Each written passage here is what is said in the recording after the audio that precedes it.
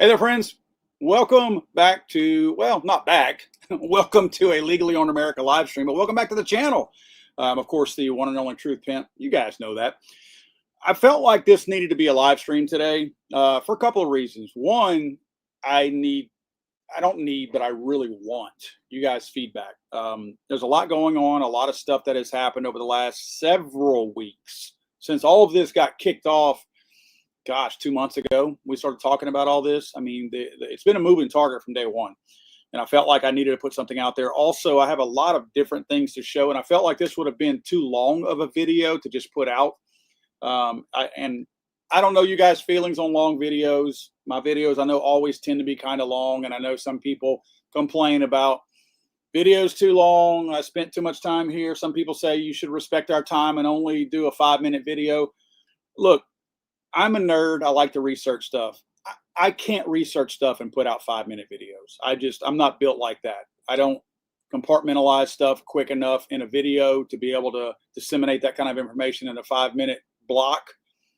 So all I can say is if you're looking for 5-minute videos for me to do 5 hours of research and bundle it into 5 minutes of video, I'm not capable of that. However, I do like to dig into things, and I've tried to provide some things to back up what I'm going to talk about here today. First of all, obviously, the video is going to be about the Hearing Protection Act, Short Act.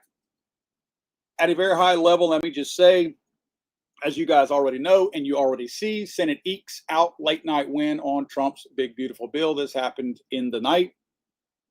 This is not gun related. This is from Axios. And look, don't give me any crap about it being on Axios. As you guys know, I try to pull a lot of information from left-leaning websites for this very reason, because I'm trying to give what the other side is saying. If we candy code everything and put it the way we want it to be told all the time, sometimes they don't get the true picture, and I like to know how they're spinning it on the left. That's why I'm pulling it from left sources in most cases. The story reads, Senate Republicans voted 51-49 late Saturday to move forward with President Trump's big, beautiful bill. Why it matters. All Republicans but Rand Paul and Tom Tillis ultimately voted yes, making the final tally 51-49. GOP holdouts, notably Ron Johnson, Mike Lee, Rick Scott, Cynthia Lummis, forced the vote to remain open for more than 3 hours while they negotiated with party leaders, including J.D. Vance. Johnson told reporters on Saturday that holdouts were promised a vote on an amendment that would reduce the federal matching share for new Medicaid enrollees. Scott has been pushing that approach.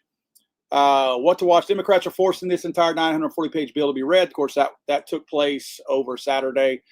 Let's see. Marsha Blackburn plans to offer an amendment to strike a temporary pause to states on passing AI regulations. That's another negative in the bill, the AI stuff in there. Why would you try to prevent somebody else from being able to control AI related stuff? I think states should be able to do that. I don't like handing and having this kind of power given to the federal government to manage these things. So I'm all for the states being able to manage things on their own. And especially since AI is so new, I don't think the federal government has any business telling people how things should be. So I'm going to, let me grab some other websites real quick. I want to disclose a couple of things that I want to make really clear if I haven't made it clear yet. There's a lot of debate, especially on X right now, within the gun community, people that are taking sides on where the gun-related stuff. Now, there's a lot of garbage in this bill. That's not even gun-related. I'm talking about we, all of us, spent months, at least the last 2 months, engaging, getting involved, calling senators, calling Congress, calling everybody. Encouraging our friends to call, encouraging our friends to send emails, all that. We did that. I don't care how anybody discredits and devalues what we all as the gun community bring to the table. And the reason why this is important, we, the gun community, push this thing as far as it is. Why? Because it had something in there that we wanted. Did we like and do we like everything in this big, beautiful bill? Of course not. Excuse my friends, it's a shit show. So you take out what we wanted and it's absolute mess.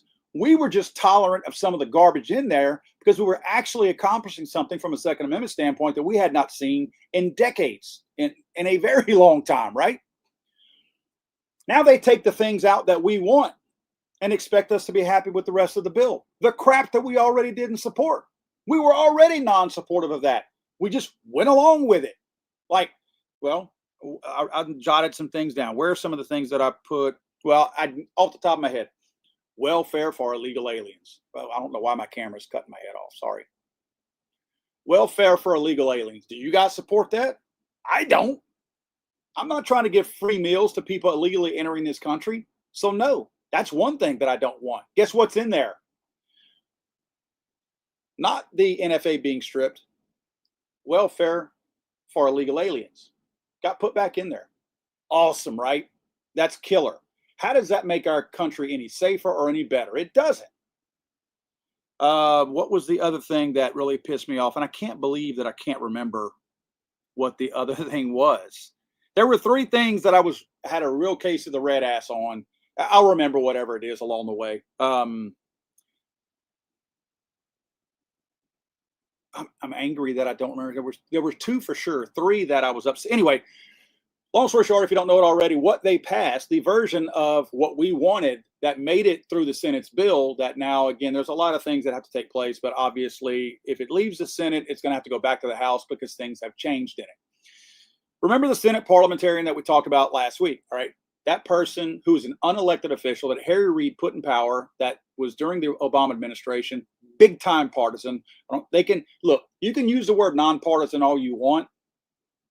I don't know anyone who's nonpartisan. I honestly don't. So don't tell me somebody gets involved in politics and they're nonpartisan. That's not possible. We've seen it even in the Supreme Court.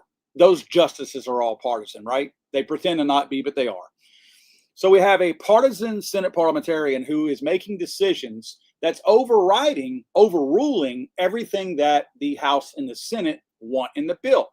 So you have 535 elected officials in the United States between the Senate and the House, and one person overrides everybody because she's the rule keeper. Her job is to make sure that when things go through the reconciliation process, that they are tied to some type of a budgetary issue.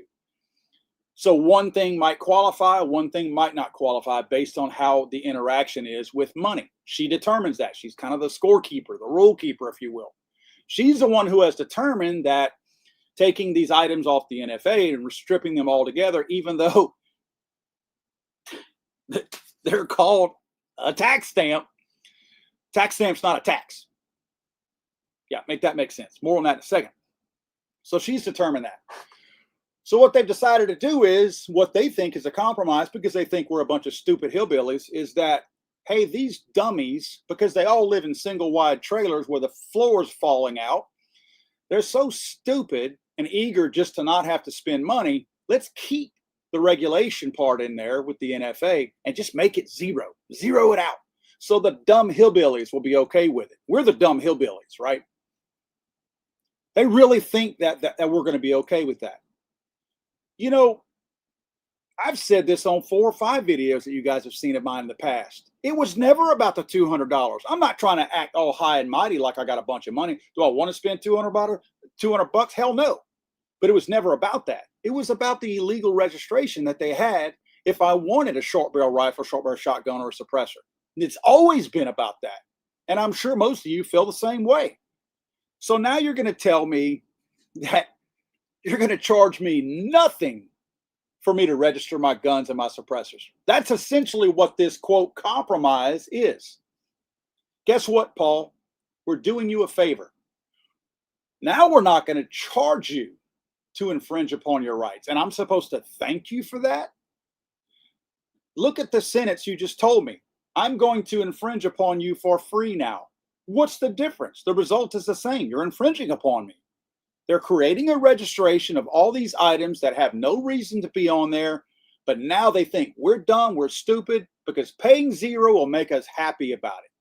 And there are organizations, especially politicians, but there are organizations out there who are celebrating this as a win. I understand that you take your small wins when you can, but this isn't a win. I don't see how it is. As long as the registration is still part of this, that's the part I don't like. To assume that I'm going to be happy with it because you zeroed it out doesn't make any sense to me. Now, here's where it gets interesting. I want to explain first. Remember, they're trying to say this isn't part of reconciliation. Do you guys give me 1 second? I see my son out here. He, I think, needs a bathroom break.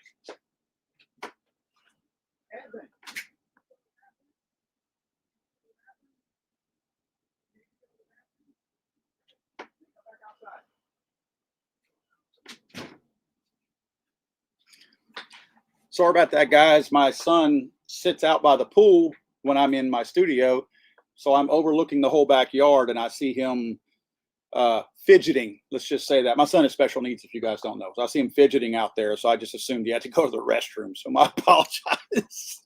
I'm keeping an eye on the little man. I have cameras when he goes inside, and then I can see him when he's outside. So it's a good setup that I have, and he's a good kid. I mean, he's not a mischievous one, if you will. Back to what I was talking about.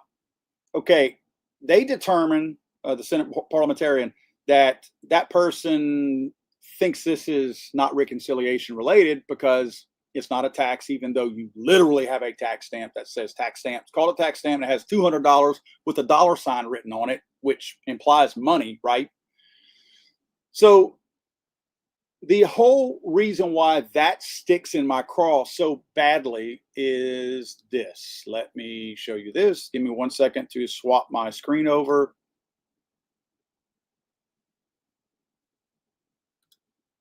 And we will look at this.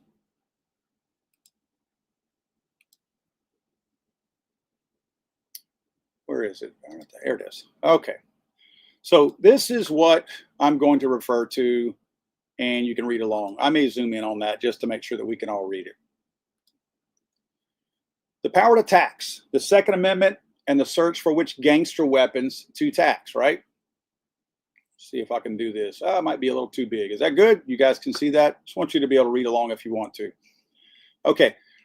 Congress does not have the power to ban firearms. The National Firearms Act is based on the power of Congress to lay and collect taxes. In 1937, the Supreme Court upheld the NFA as purely a revenue measure. When it banned possession of machine guns in 1986, Congress undercut that constitutional basis. The Supreme Court has held that any ambiguities in the NFA must be read narrowly according to the rule of leniency. The 1934 House hearing barely mentioned the Second Amendment. Federal judge upheld the NFA under that theory. The Second Amendment does not protect individual rights. Stupid. In 1939, the Supreme Court declined to take judicial notice that a short barrel shotgun is ordinary military ordnance protected under Second Amendment. Recently, the court has adopted the test that the Second Amendment protects arms that are in common use. Remember that, common use. The initial NFA bill and the bill as enacted arbitrarily excluded some firearms and excluded others. After enactment, the Attorney General went on a failed crusade to require all firearms to be registered. Bottom line is that this ruling was, and this write-up is basically stating that via a 1937 Supreme Court decision, they determined that the National Firearms Act was legal because it was a tax. Follow what I'm saying? They determined that the reason why it could stay in play, it had the protection of being a tax.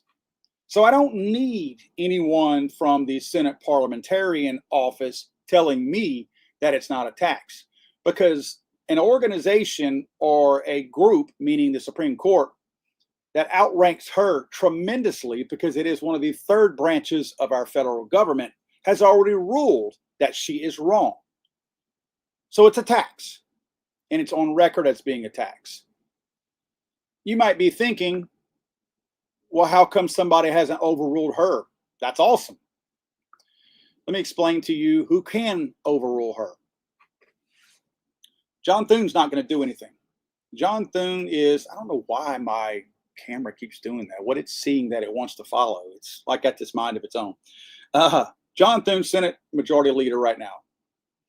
He has the power to do just about everything that needs to be done right now to make this happen.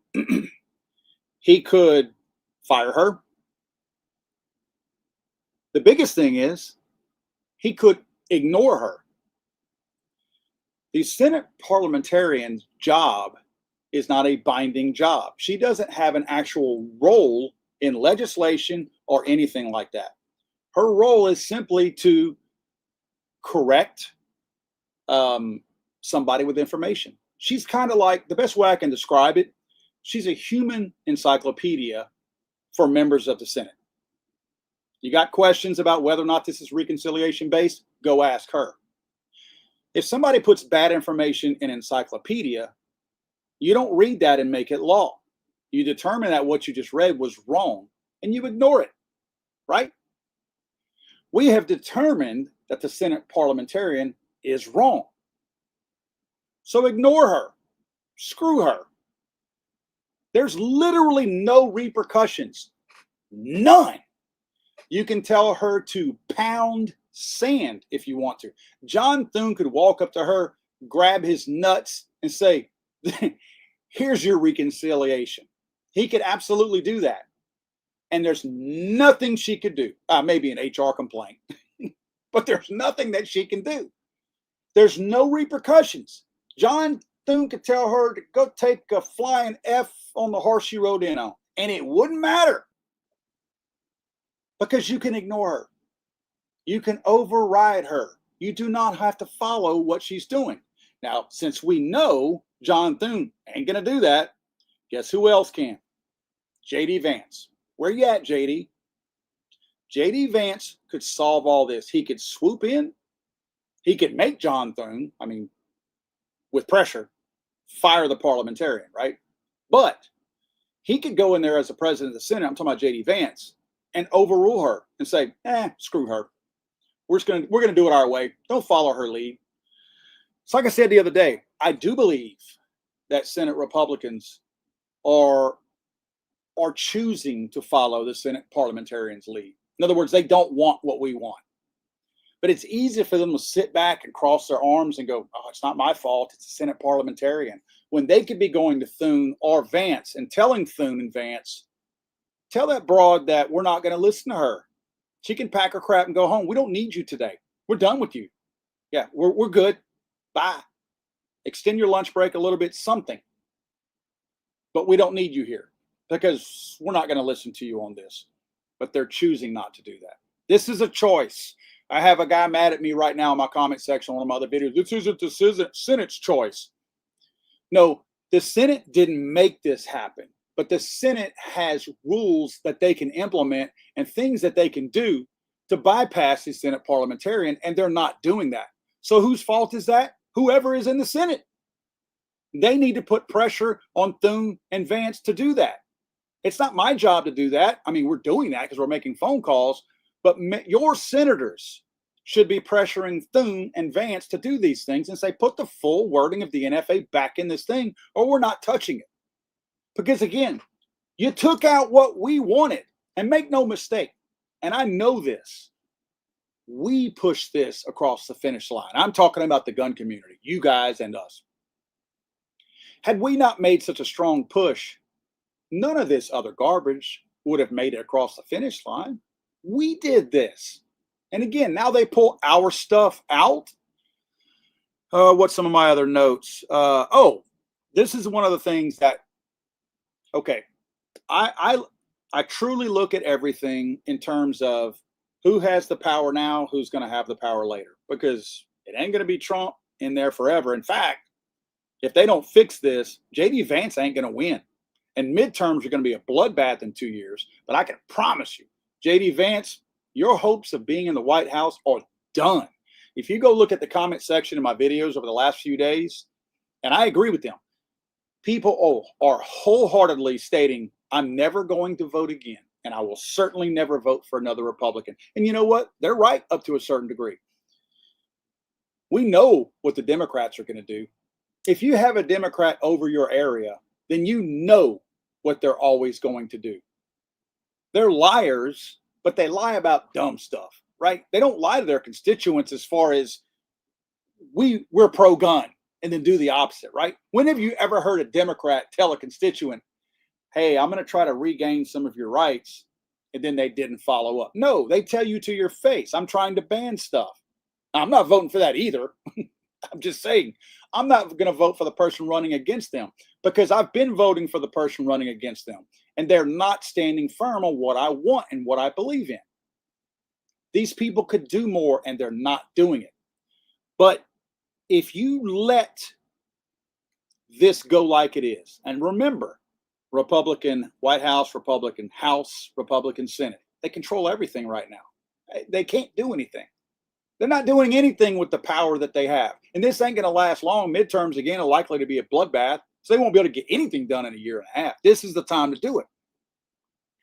But if you allow them, for those of you out there that are celebrating 0% tax stamp is a great thing, let's just keep the illegal registration in place. Okay, let me tell you why that's a bad idea. Anytime you give a Democrat, especially, because they're evil, that's the difference between the two. They're super evil. I mean, you got scumbags on the right too, but these people look at an opportunity to exploit a rule and use it in a way that you definitely don't want. Once you zero out that tax stamp, you just get, and it's already out there. I mean, I think that we've already opened this Pandora's box. You zero out a tax stamp. You don't think there's Democrats sitting back licking their chops right now? Because I will give the Democrats one thing they're credit for. They're very patient. They're very patient. They'll wait 4 to 8 years sitting and stewing on something, and then they'll do it. They did it with filibuster, all kind of other stuff. When you show them that you can zero it out, that cost for that tax stamp can also go up. If you show them that they can adjust the cost of a tax stamp, everybody high-fiving themselves out there right now over a $0 tax stamp. You might be getting a $5,000 tax stamp in 4 years. You understand what I'm saying? Because they will not hesitate. They will be very open about it. Hell, they might even campaign on it, that this was unconstitutional or some garbage. This is against our democracy. The Democrats, when they run for president again. And they may campaign on taking that number from $0 to $5,000.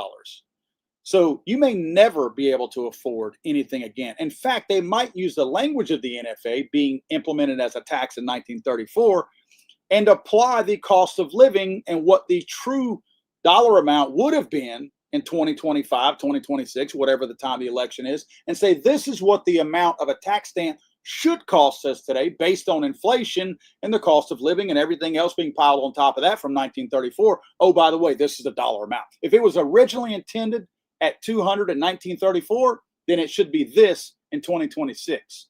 So wait for that argument to come out. But we have shown them that the argument can be made to change that dollar figure. So again, expect it to go up. It sure ain't going down anymore. But you know what stays in place? The registry is still there. And honestly, that's the thing they wanted all along. So now they may double dip and say, we're making you register, but now we're going to triple and quadruple charge you for these items now. So yeah, we're opening that box up right now by giving tips to the Democrats on how to adjust the money there. Let's see. Oh, one point I wanted to make. If things are truly about money, you go out there and implement a $0 tax stamp. And I know people are going to take advantage of it. Of course they will, if that passes. What's going to happen? You know how right now you're getting your approval within a day or two? A lot of people are. Actually, before I left for my trip on Wednesday of last week, I submitted my paperwork for 3 new CMMG suppressors. On Thursday, they called me, said they're ready. 1 day turnaround time. That's now. Implement a $0 stamp. Now, I know there's still a lot of you out there that simply won't. I mean, you're not going to fall for the registry part of it. I do it because I'm trying to work with CMMG. I don't buy a lot of suppressors. I'm on enough lists. I'm not trying to get on more. So what happens? There's a lot of people buying suppressors out there right now. Imagine the guy who just bought 3 suppressors out there. He obviously doesn't mind spending money. So now his only expense is going to be the actual suppressor. because now you're allowing him to get zero on that. They're going to flood the system. We're going to go right back to waiting 2 years for our suppressors to come in and short barrel rifles and short barrel shotguns. So the cost is going to be pretty insignificant to anything because you're not going to have the turnaround times you have now. It's going to bog the system down. And then we're going to have the ATF coming back to us telling us, oh, we need more money now because it's taking us too long to process these forms for the NFA items. So it's going to screw the system up, right?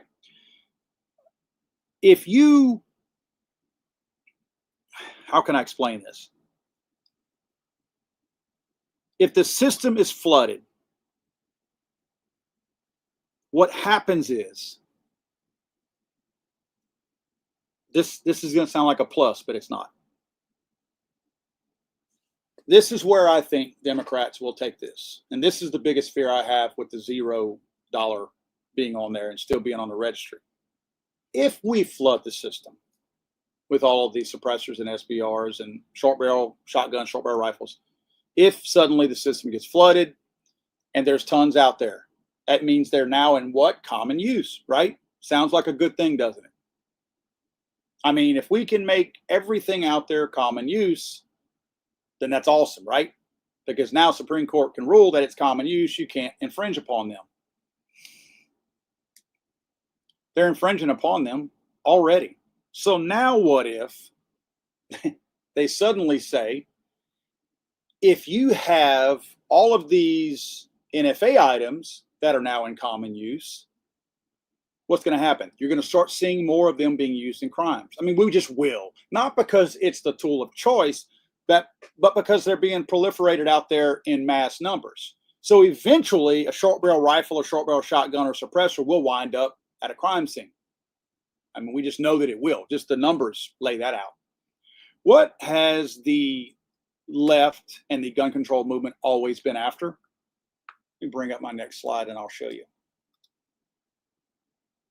Stand by 1 second, guys. I'll bring this up. I have a point to make here. So bear with me 1 second.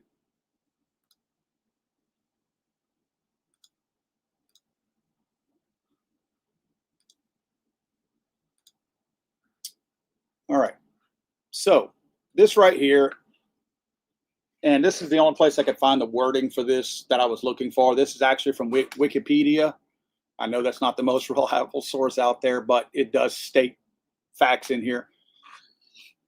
The ostensible impetus for the National Firearms Act of 1934 was the gangland crime of the Prohibition era, such as the St. Valentine's Day Massacre of 1929 and the attempted assassination of President-elect FDR in 1933, brought about by alcohol being illegal, like the current National Firearms Act, the 1934 Act, required NFA items to be registered and taxed. And here we go. Look at this paragraph right here. This is what scares me. Originally, pistols and revolvers were to be regulated as strictly as machine guns. Towards that end, cutting down a rifle or shotgun circumventing handgun restrictions by making a concealable weapon was taxed as strictly as a machine gun. They took pistols and revolvers out. Look at the next paragraph. Conventional pistols and revolvers were ultimately excluded from the act before passage, but other concealable weapons were not. Just like today. I talk about this all the time. Just like today. Their original intent was always pistols. It always was. It was always about handguns. That's what they wanted to regulate. But they could not because there were too many being used out there. They couldn't make this pass the smell test for the NFA. So they got what they could by excluding the pistols, but that was the original intent. If you look at statistical numbers, we often scratch our head wondering, why does the left go after AR-15 since they are not used in crimes? They're not used in rampage killings type mass shootings. They're not used abundantly in most crimes, gangland shootings, things of that nature. They're not abundantly used in them. So why do they focus on them? Well, that's why, because they're not used as much. Because the pistols and handguns, more specifically semi-automatic handguns, are definitely, by far, exponentially the tool of choice of people who want to shoot other people. It's not even close. It's like probably 90% of illegal shootings out there where people are shooting at each other are done with pistols, handguns, semi-automatic firearms. Point is, That's what they really want. They're going after the AR-15s because once they normalize banning things, they can move on to the next thing. So by normalizing banning an AR-15, you get used to hearing it. And of course, once they're successful at it, if that ever happens, then you certainly, I mean, we're never going to be okay with it, but people get used to hearing that you're banning something, right? They've heard it so many times, they're banning something else. They've always wanted to go after handguns. Go back to what I originally said. If we include these things in the NFA, and now we put so many NFA items on the NFA, now they're considered in common use, what can they turn around and do? Oh, by the way, on our NFA items, which we regulate because they're so dangerous, we have all these items on there, and there's millions and millions and millions of SBSs, SBRs, and suppressors out there. So guess what? Now the Supreme Court rules that they're in common use, and we're all back here going, yes, they're in common use now. You can't infringe upon them. Then they turn right back around and say, and now we're going to put all of those other things that are not on the NFA that are also common use, like semi-automatic handguns, on the NFA also. Don't think that we're not a decade away from putting pistols on the NFA once we put the NFA items at zero and we flood the market with them, and all these items become out there. Now they're going to be able to cite the statistics of handguns being the #1 supplier of crime out there as far as people selecting and choosing them to murder people.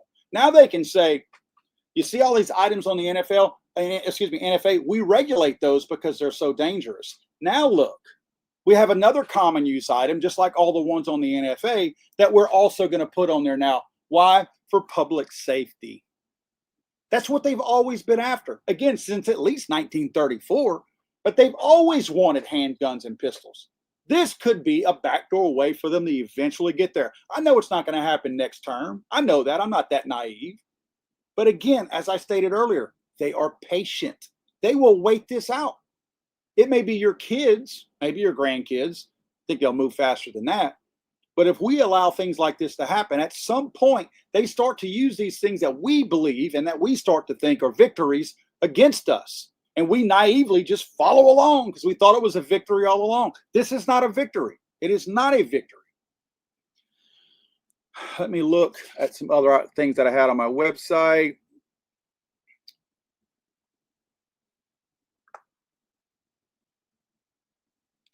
Oh, I know what it was. Excuse me. The other thing that I might have had another slide to share in here.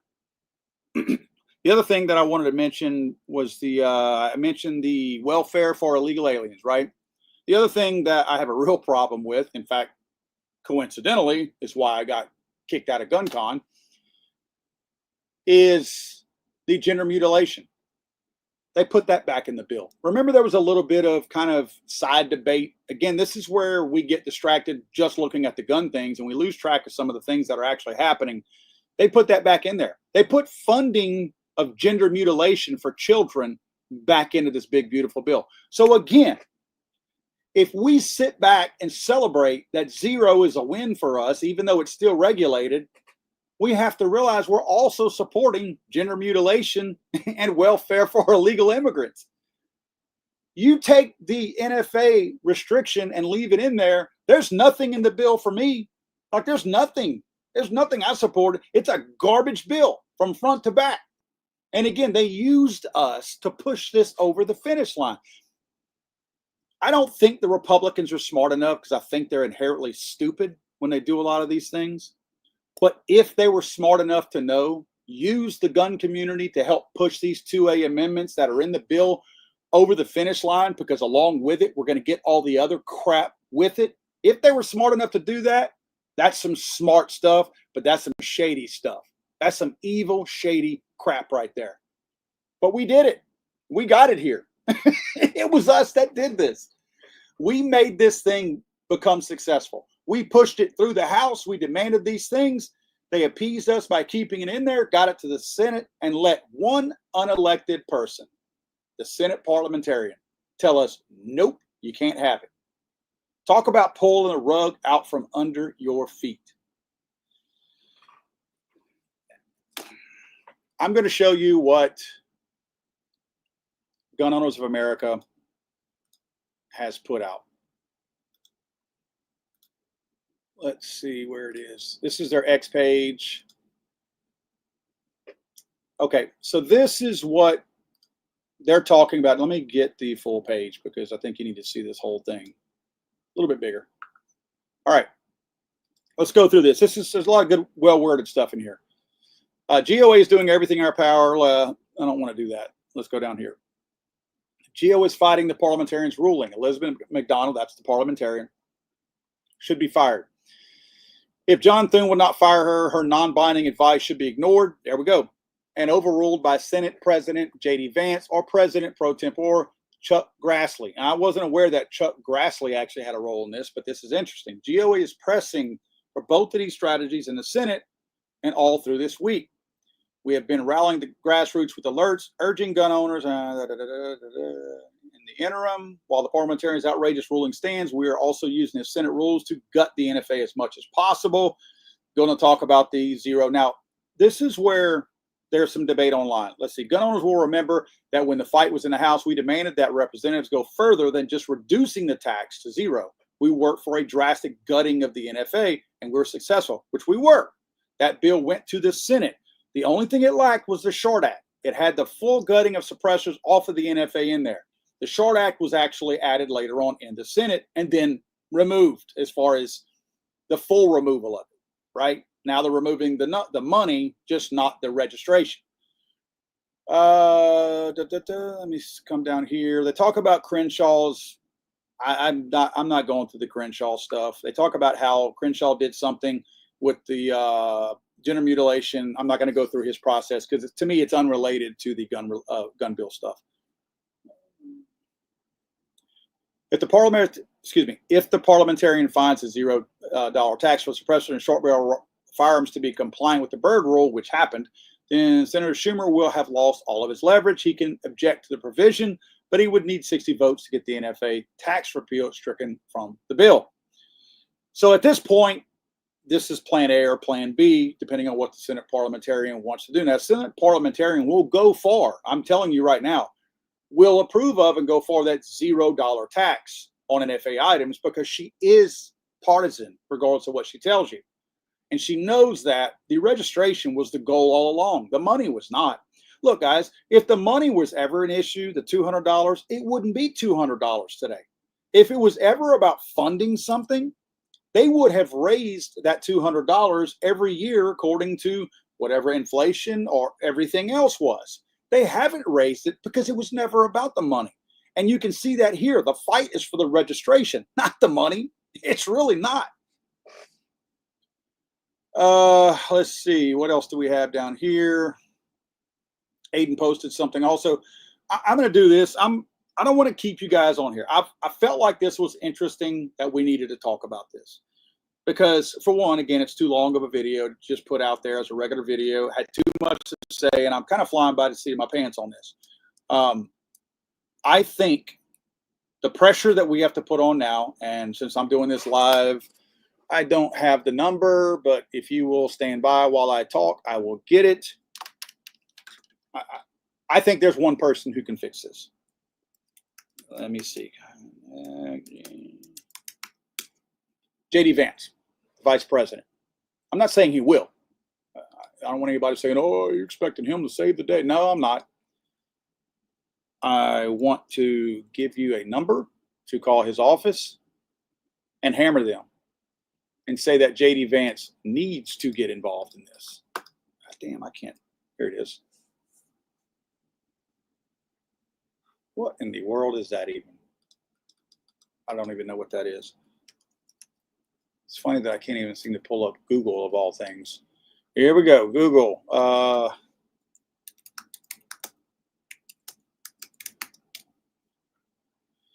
Here we go. White House. J.D. Vance. Contact. Great. It doesn't give me a number. It gives me a contact form. I will get the number and I will post it.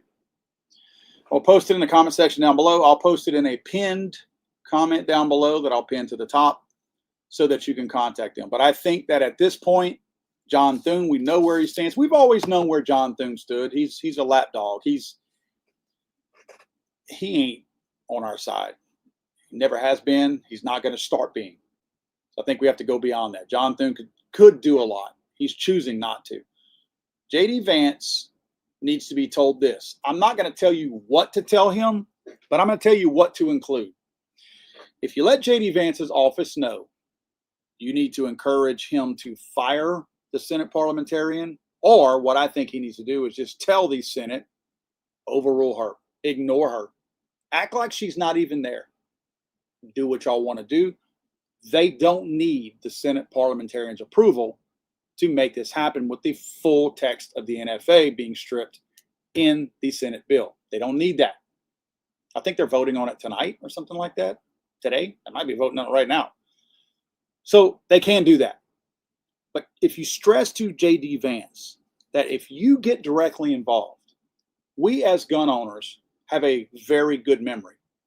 We're going to remember one of two things. We're either going to remember that you didn't support gun owners when you could, that you could have done this, and you chose not to get involved when we knew you could fix it. Or you got involved, you saved us, you saved this portion of the bill by having the full stripping of the NFL language removed from the bill, and we're grateful for that, and we're going to have you elected in 2028. So we're going to do one of two things, actually three. We're either going to put you in office in 2028, we're going to sit it out in 2028, and you're going to get hammered, or we're going to vote against you in 2028 in the primaries. One way or another, we're not going to forget about this. And I think we have to come together. We got it this far, which means we do have leverage. We carry a big stick. The Second Amendment community does. I'm talking about all of us, you guys. We have to leverage it. This is the 11th hour to get this thing done the right way. And I think this is the only way we do it. I have zero confidence in Thune. I have zero confidence in any other Republican in the Senate right now. I think J.D. Vance is the only answer we have.